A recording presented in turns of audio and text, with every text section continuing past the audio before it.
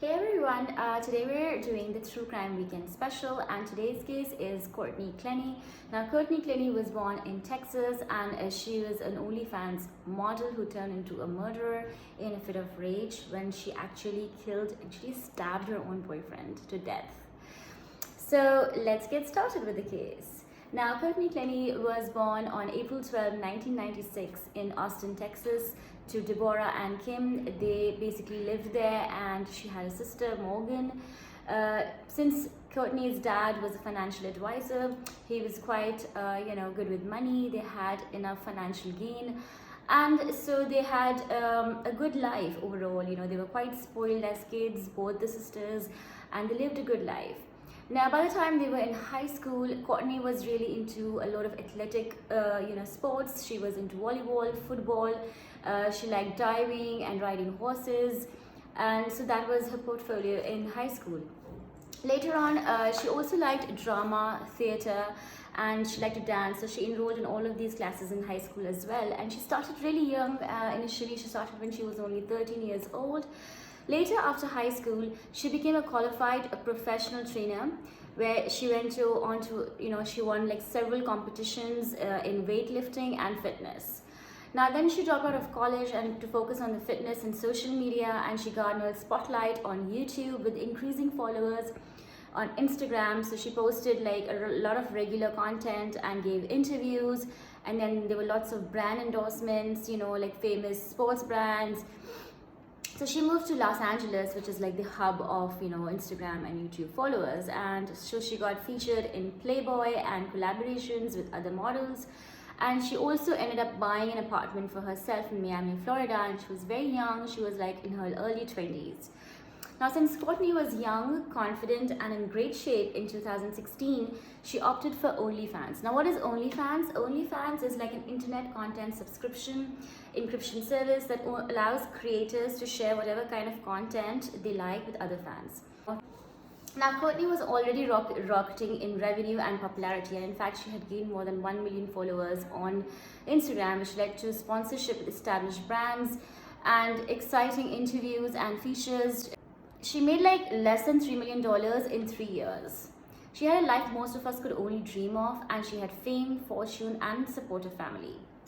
Now, the only thing that she did not have was like a loving relationship. So in 2020, she met Christian Obum, his name is Toby, that was his nickname. And he was born on April 12, 1994.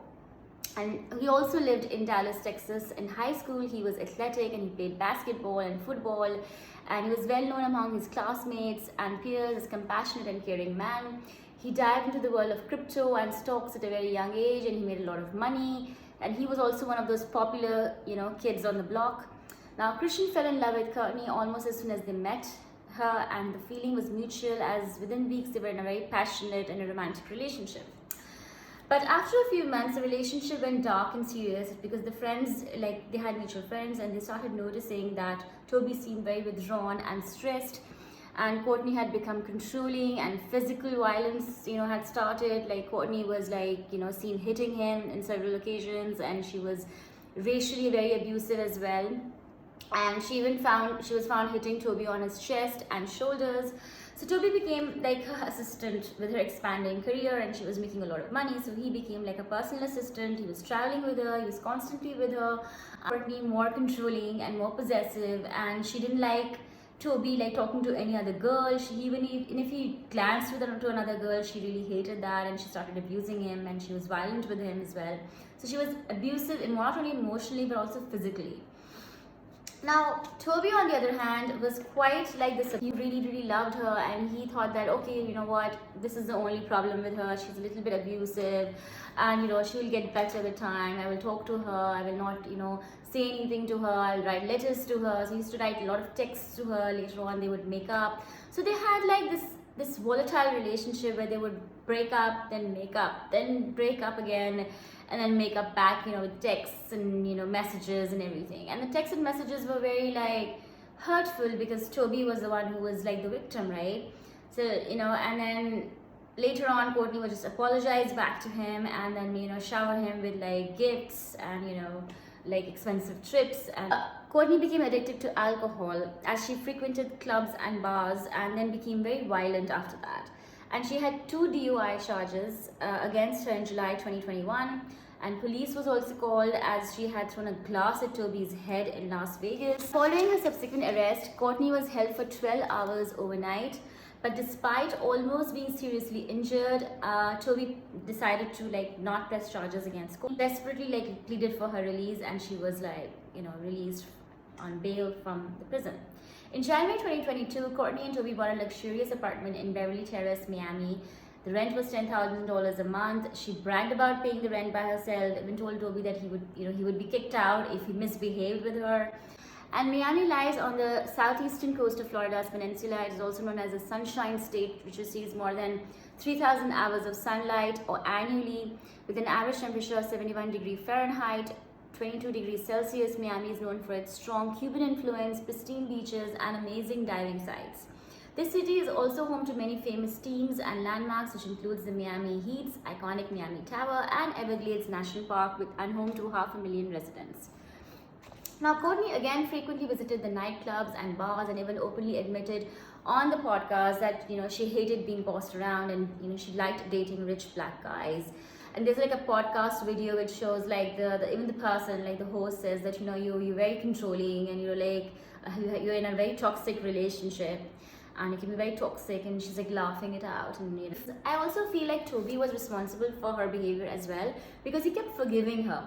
You see, when you keep forgiving bad behavior, it's also your fault. It's not always you might be the victim, but the perpetrator is also having a blast, because you're not telling them that it's wrong and I will not tolerate your behavior. You're saying, oh, it's okay if you keep doing this, I will still love you back and I will still tolerate it, and we can always patch up. So the other person starts taking you for granted, and that's not good either, So I think it was a little bit Toby's fault as well.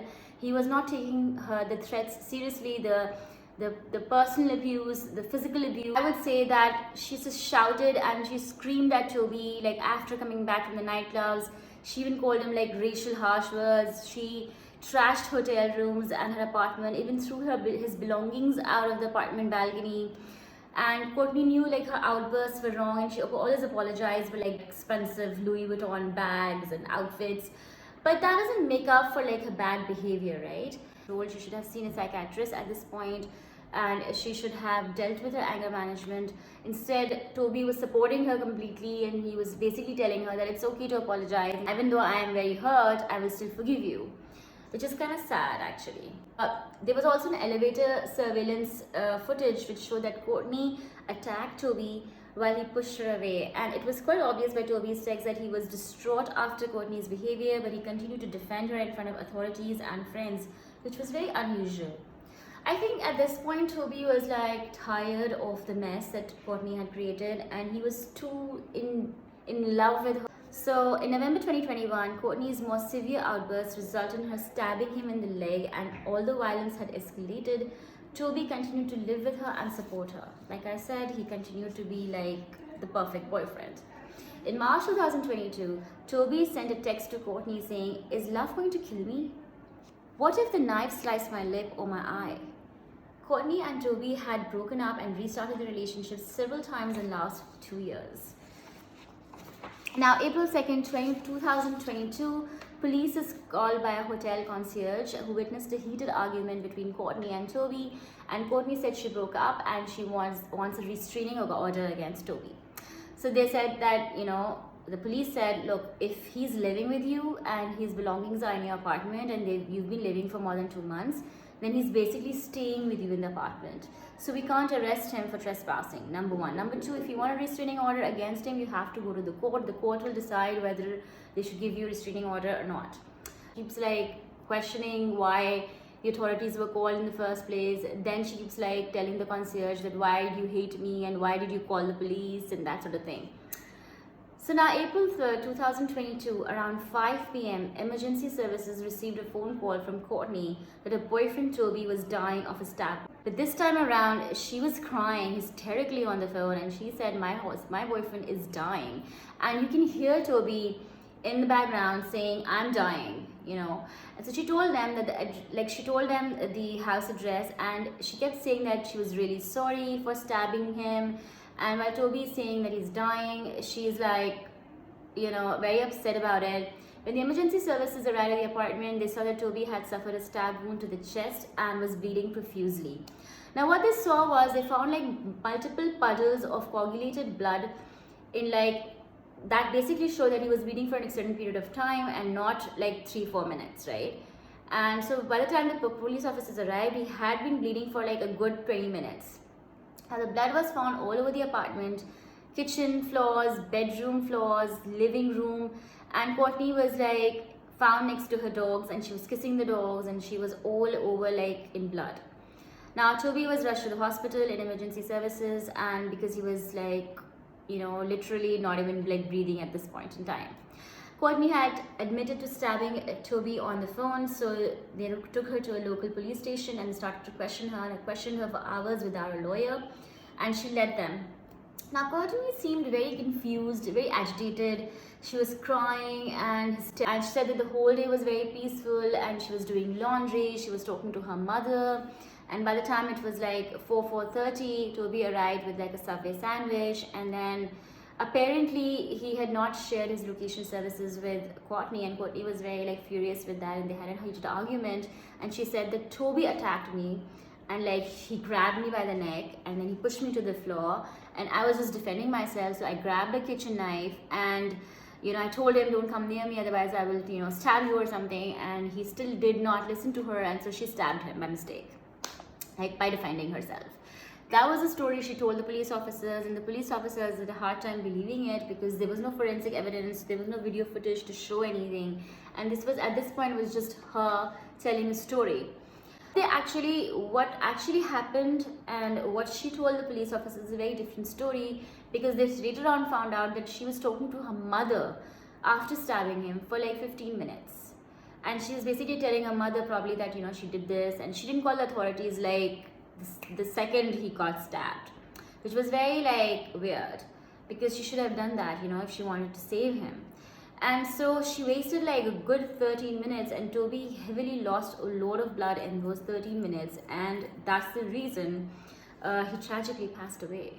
And when the authorities told him in the police station, during her questioning that Toby had passed away, she seemed very genuine with her reaction. She was like devastated, and you could feel the horror in Courtney's voice when she asked the police officers. She said that, can I get a hug?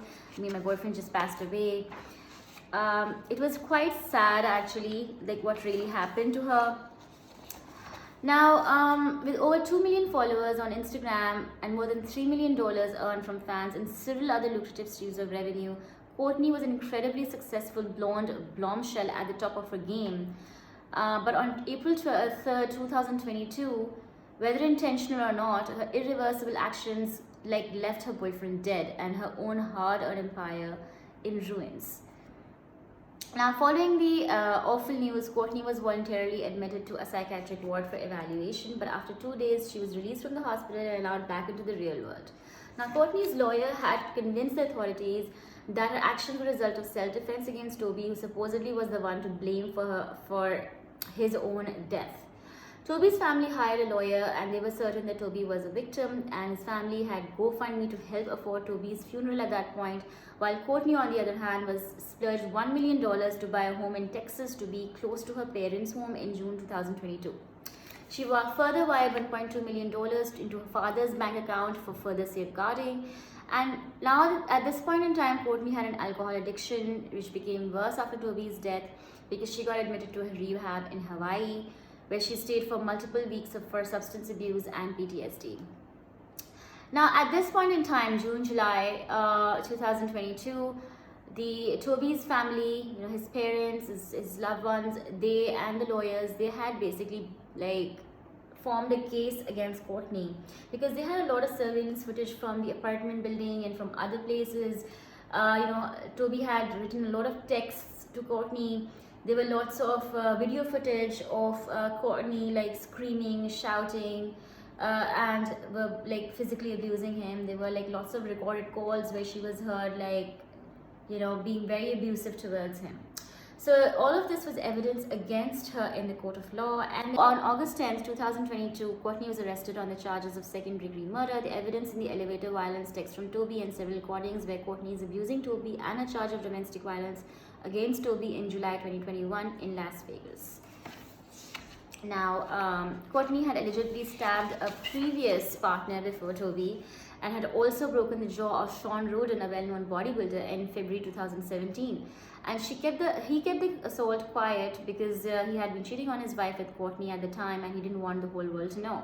Now, many mutual friends stated that Courtney was the aggressor in the relationship and Toby always seemed to be the peacemaker. Now, the medical examiner's report, which concluded that Toby's injury, the attacker must have been from a very close range and not 10 feet away. Cause of death was a stab wound to the right subclavian artery, and it was a homicide. Now, it was an intentional inflicted wound with a downward thrust into Toby's chest. This wound was inches away from a tattoo with Courtney's name on it. So that was ironic. Now, following Courtney's arrest and all of the publicly available evidence, she is yet to have a trial. The model, who has pleaded not guilty, remains jailed without bail, awaiting a trial with the status conference set for July 2023. And so if Courtney receives a sentence in Florida for second-degree murder, she will get a life sentence with a minimum of 16 years and 9 months behind bars. Now, criminal always gets caught, and the victim deserves justice. With that note, I will be back next week with a new true crime story. Take care, goodbye, and please like, share, and subscribe to my channel.